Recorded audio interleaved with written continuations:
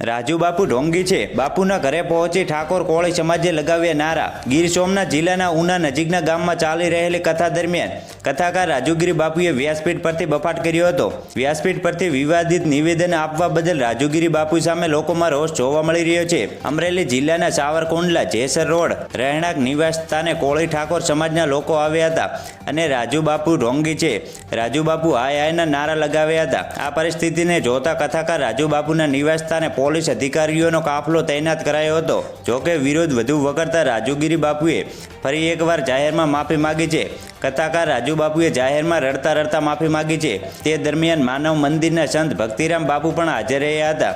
જોકે રાજુ બાપુ દ્વારા માફી માંગ્યા બાદ પણ કોળી ઠાકોર સમાજમાં આક્રોશ યથાવત જોવા મળી રહ્યો છે અને સમાજના લોકોએ રાજુ બાપુને 5 વર્ષ સુધી કથા ન કરવા દેવાની માંગ કરી રહ્યા છે। મિત્રો, તમારું આ મામલે શું કહેવાનું થાય છે કોમેન્ટ કરો અને આવા જ ગુજરાતી ન્યૂઝ અને અપડેટ માટે આપણી ચેનલને સબસ્ક્રાઈબ કરવાનું ભૂલતા નહીં।